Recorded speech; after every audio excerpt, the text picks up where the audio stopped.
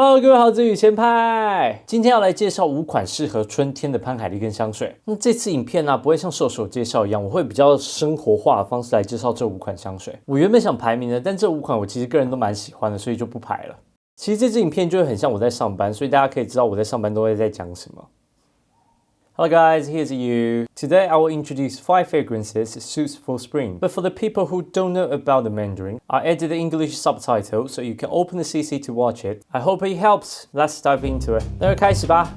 春天在各地的气温都不太一样，台湾的春天我觉得其实蛮热的，所以我会推荐柑橘调稍微清爽一点的味道。那在冷一点的国家，我就会推荐甜一点或稍微浓一点的香水。但你想怎么喷都可以啦，我只是建议啦哟。那第一款我会推荐这款叫琴酒司令，琴酒司令，完美手势，完美手势，有。那这是一款带有果香的香水啊，它会叫琴酒司令，原因是因为它前味闻起来很像 Gin and Tonic。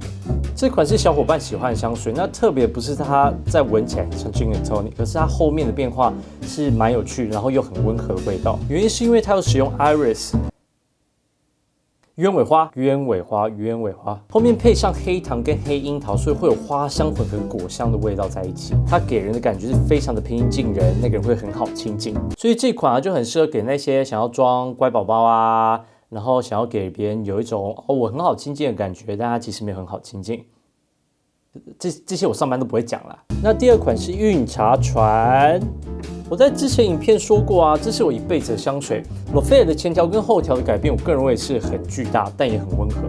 你刚喷出来啊，你会闻到满满无花果味道，然后带一点点甜味，因为它是用了无花果叶子跟无花果牛奶配上红茶。很多人不喜欢它一开始的无花果味道，但它1个小时之后会呈现一个奶茶的味道在身体上。那原因是因为无花果牛奶配上红茶，就会有一种奶茶的感觉。它后调是香草配上雪松，那因为配上雪松啊，所以让味道不会太甜，它会呈现牛奶的味道，配上一点点木头的香味。我其实很难评价这一款，我个人是1年四季都会想使用它了。但它因为它是有香草，然后味道是稍微偏暖暖热热的感觉，所以我建议它夏天还是避开会比较好。那洛菲尔喷起来就很像食物的味道，所以如果你1年四季都想要被人吃掉，那可以喷它。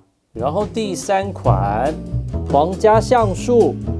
那它英文叫 Crocus 是纯柑橘调，这是一款我去健身房都会用的香水。那 Crocus 它很容易散发，但又不太刺鼻，是温和甜甜柠檬的味道。Crocus 前调是柠檬跟橘子，那它结尾是混合了檀木跟茉莉花，所以让味道不会停留在纯柑橘调，它会带有一点点的木头香味。檀木作为香水原料的时候啊，味道不会像雪松一样那么刺鼻。那 Crocus 刚刚好的清爽柑橘调，非常适合温热的天气。你去运动啊，任何需要运动的场合 ，Crocus 也非常适合，它不会太低调，也不会太抢戏，我认为是很适合刚接触香水的人。第1款，那因为它是 cologne 啊，所以它理论上应该是4到6个小时就会消失在皮肤上，可是它在我皮肤可以待到6到8个小时，我认为是蛮不错的香水，推荐给各位。第4款 Blend and Bouquet。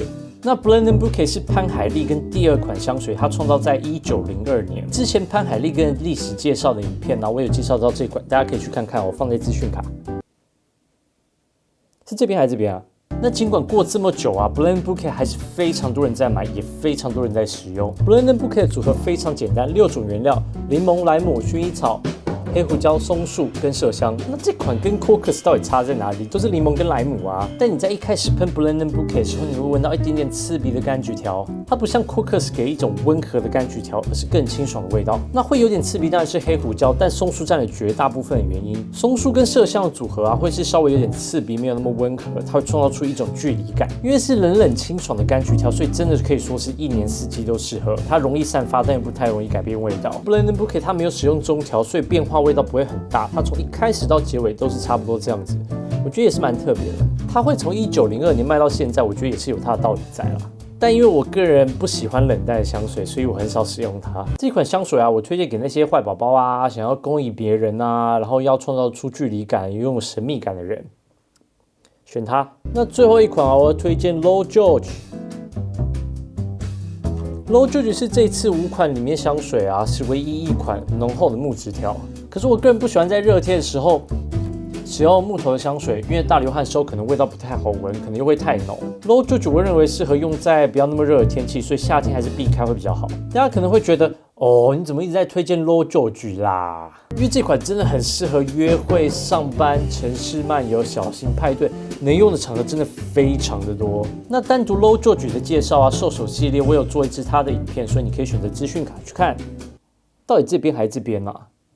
那 Low George 的前条啊，你会闻到薰衣草跟莱姆酒的组合，很多人不太喜欢这个阶段，因为它给一种很像花香的酒，所以那不是很多人喜欢的感觉。但1个小时过后啊，它混合了雪松跟龙涎香的味道，它味道变得非常的有深度跟层次。这香水本身是被定位在冬天啦，但我真的觉得它非常适合在春天坐在草皮上，喝着酒，吃着饼干的那种氛围。而且因为它是木质调，所以它在皮肤上可以持续非常久的时间。我上班都会喷 Low George， 它在我皮肤上可以待到14个小时吧。另外我要提一下 ，Low George 它不是一个很容易散发的香水，它不会像某些香水你过了2条街你还是闻得到。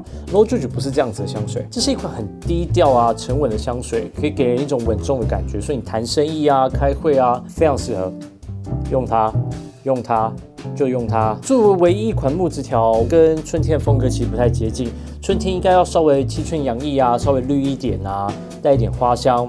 但 Low George 跟它不太像，那原因是因为 Low George 真的适合太多场合了，所以我真的很推荐这款香水给任何人。好啦，5款都介绍完啦。其实真的不需要照着季节或日子去选择香水，你喜欢哪一款就喷哪一款，真的不要在意那么多。你想要喷口水，你想要其他地方喷东西。都可以，只要你自己对这款香水不会头晕，那你就可以开始准备让别人头晕。那如果你想要照着季节喷香水啊，那只要记得热的天气喷稍微淡一点，跟清爽一点，因为身体的温度高容易散发，别人可以闻到淡淡的香味，可以给别人不错的印象。温度低一点的天气啊，就可以喷稍微浓一点，跟甜味稍微重一点的香水。原因是因为衣服可以让香味比较持久，另一个方面就是冬天人们的鼻子不会那么敏锐，所以你喷稍微浓一点，人们就可以闻到你的香味啦。当然还有派对香水啊、运动香水啊，那这些真的就是看场合使用了，之后看看能不能介绍吧。好啦，那这部影片就到这里啦。如果喜欢我影片，请记得按赞、订阅、分享加开启小铃铛，还有分享给那些喜欢喷海莉跟香水的人哦。我是雨仙派，我们下次见喽，拜拜。